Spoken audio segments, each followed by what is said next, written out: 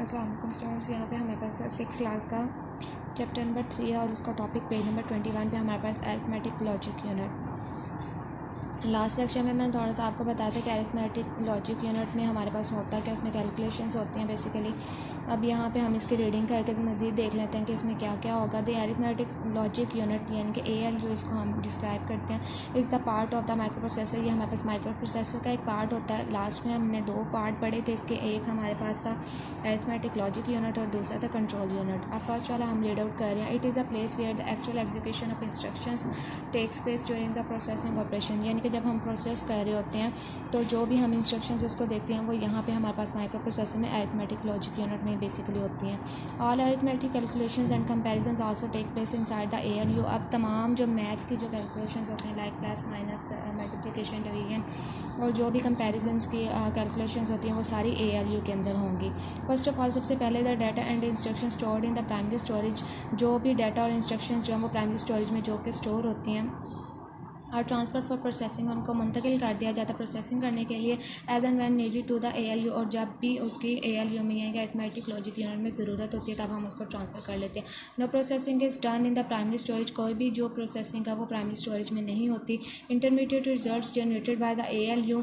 जो भी इंटरमीडिएट उसके रिजल्ट्स होते हैं वो ALU से उसके बनते हैं, जनरेट होते हैं और temporarily transferred back to the primary storage. वो थोड़ी देर के लिए यानी कि आर्जी तौर पर उसमें प्राइमरी स्टोरेज में ट्रांसफ़र हो जाते हैं until needed data later time. और जब बाद में इसकी ज़रूरत होती है तब तक डाटा में दस move from primary storage to ALU। Data जो है वो प्राइमरी स्टोरेज से ALU यानी कि अरिथमेटिक लॉजिक यूनिट की तरफ ट्रांसफ़र होता है, मूव कर जाता है एंड बैक अगेन और दोबारा वापस आ जाता है to the primary storage. Primary storage में मैन टाइम्स ज़्यादा दफ़ा before the processing is complete, उसकी प्रोसेसिंग कम्प्लीट होने से पहले ही। When the processing is complete, जब उसकी प्रोसेसिंग जो है वो कम्प्लीट हो जाती है, the final results which are stored in the primary storage. Final उसके जो रिजल्ट्स होते हैं जो कि प्राइमरी स्टोरेज पे स्टोर होते हैं are released to an output device. उनको आउटपुट डिवाइस में जोड़ दिया जाता है। लाइक आउटपुट डिवाइस में हमारा कौन कौन सी होती है, मॉनिटर है, प्रिंटर एक्सेट्रा, वहाँ पे डिस्प्ले हो जाते हैं हमें।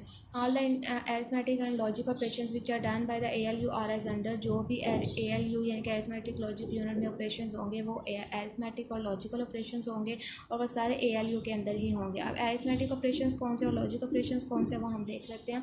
The arithmetic logic unit can perform the following arithmetic operations. Arithmetic logic unit जो है वो अरिथमेटिक ऑपरेशंस पे वर्कआउट कर सकता है और अरिथमेटिक ऑपरेशंस कौन कौन सी एडिशन है, सब्ट्रैक्शन है, मल्टीप्लिकेशन है, डिवीजन है। इन दिस बुक, इस किताब में we shall not discuss the arithmetic operations. इसमें हो सकता है कि हमने अरिथमेटिक ऑपरेशंस को डिस्कस नहीं किया हुआ because we have more knowledge about them, क्योंकि हमारे पास इसके अबाउट जो नॉलेज वो बहुत ज़्यादा and have studied them in the previous classes. और हम पिछले क्लासेस में इसके बारे में पढ़ चुके हैं, इसलिए यहाँ पे इसको डिस्क्राइब नहीं किया गया। नेक्स्ट हमारे पास लॉजिकल ऑपरेशंस कौन से होते हैं। The arithmetic logic unit also performs logical operations. Arithmetic logic unit जो है वो हमें लॉजिकल ऑपरेशंस से भी मिलते हैं। As its name shows a logical operation, जैसे कि इसका नाम ही शो कर रहा है कि इसमें लॉजिकल ऑपरेशन होते हैं। Usually performs a comparison. तो इसमें क्या होगा, कंपैरिजन यानी कि जब चीज़ों का मुआवजा करते हैं तो वो ये काम जो है वो लॉजिकल ऑपरेशंस में होता है। ALU can compare numbers. ALU जो है वो नंबर्स को, लेटर्स को एंड स्पेशल करैक्टर्स और मुख्तलिफ किस्म के जो स्पेशल करैक्टर्स होते हैं उनको कंपेयर करता है। And then the computer take action, और फिर कंप्यूटर जो उसके ऊपर एक्शन लेता है which is based on the result of the comparison, जो कि उसके कंपैरिजन के रिजल्ट के ऊपर बेस करता है, उसका एक्शन लेता है वो। नेक्स्ट पेज नंबर 22 पे हमारे पास logical operations can test for the following conditions. Logical operations में हमारे पास जो मुख्तलिफ कंडीशंस होती हैं वो कौन कौन सी होती हैं। इक्वल टू कंडीशन यानी कि इक्वल के दोनों तरफ वैल्यूज़ लिखी होती हैं उनकी कंडीशन। उसके बाद less than condition, greater than condition, not equal to condition, less than और इक्वल टू कंडीशन और ग्रेटर देन और इक्वल टू कंडीशन। ये सारी जो है वो हमारे पास लॉजिकल ऑपरेशंस में होती है और ये सारी इक्वेशन जो है वो कंपैरिजन करने के लिए ही यूज़ होती हैं। अब वन बाय वन हम पढ़ लेते हैं कि कौन कौन सी कंडीशन है, किस तरह से वर्क करती हैं। फर्स्ट है हमारे पास equal to condition. In this condition, इस कंडीशन में the arithmetic logic unit compares two values to determine if they are equal. इसमें हमारे पास क्या होता है कि इसमें दो वैल्यूज़ जो हैं, दो लॉजिक यूनिट को कंपेयर किया जाता है और उसमें बताया जाता है कि वो इक्वल हैं या नहीं है। एग्जाम्पल है उसकी, if the number of students are equal to the number of seats in a classroom. Example में बताया है कि अगर नंबर ऑफ स्टूडेंट्स जो है वो इक्वल होते हैं कि जितनी जो है क्लासरूम में सीट्स हैं उसके, then the classroom is full, तो फिर क्लासरूम जब वो फुल होगा तो ये इक्वल हो जाएगा, क्योंकि चेयर्स भी उतनी हैं और स्टूडेंट्स भी उतने हैं, तो वो फिर दोनों चीज़ें इक्वल हो जाएंगी। तो ये इक्वल टू कंडीशन इस पर अप्लाई होगी। उसके बाद है लेस देन कंडीशन सेकंड हमारे पास। इन दिस कंडीशन, इस कंडीशन में the arithmetic logic unit compares two और more values. Arithmetic logic unit जो है वो दो या दो से ज़्यादा वैल्यूज़ को कंपेयर करता है टू डिटर्मिन, को डिटर्मिन करने के लिए one value is less than the other values, अगर एक वैल्यू जो है वो दूसरी वैल्यू से लेस होती है यानी कि कम होती है। एग्जाम्पल है इसकी हमारे पास, if the number of electricity units consumed in a month, अगर इलेक्ट्रिसिटी यूनिट्स जो हैं, जो बिजली के यूनिट्स होते हैं वो खर्च किए जाते हैं एक मंथ में, आर लेस दैन 100, वो 100 से कम होते हैं, देन द रेट पर यूनिट इज़ ₹2.5, और उसका एक यूनिट का रेट जो है वो 2.5 होता है। तो अदरवाइज द रेट पर यूनिट इज़ ₹3, तो उसके लिए अलावा जो है बाद जो तो बाकी जो रेट होता है उसका वो एक यूनिट का ₹3 में आ जाएगा, कन्वर्ट हो जाएगा।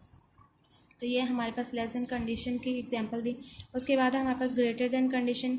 इन दिस कंडीशन, इस कंडीशन में द अरिथमेटिक लॉजिक यूनिट जो है वो कंपेयर्स टू और मोर वैल्यूज़, दो या दो से ज़्यादा वैल्यूज़ को कंपेयर करता है टू डिटर्मिन, उसको डिटर्मिन करने के लिए if one value is greater than the other values, अगर एक वैल्यू जो है वो दूसरी वैल्यू से बड़ी होती हैं। तो एग्जाम्पल है इसके, the marks obtained by the students, जो स्टूडेंट्स से मार्क्स ऑब्टेन किए जाते हैं आर ग्रेटर दैन 40%, अगर वो 40% से ज़्यादा होते हैं देन दे आर पास, तो वो जो है वो पास होंगे, एज अदरवाइज फेल, और इसके अलावा जो अगर वो 40% से कम होता है तो वो फेल कहलाएंगे। ये ग्रेटर देन की कंडीशन थी। इतना आपका इस आज का लेक्चर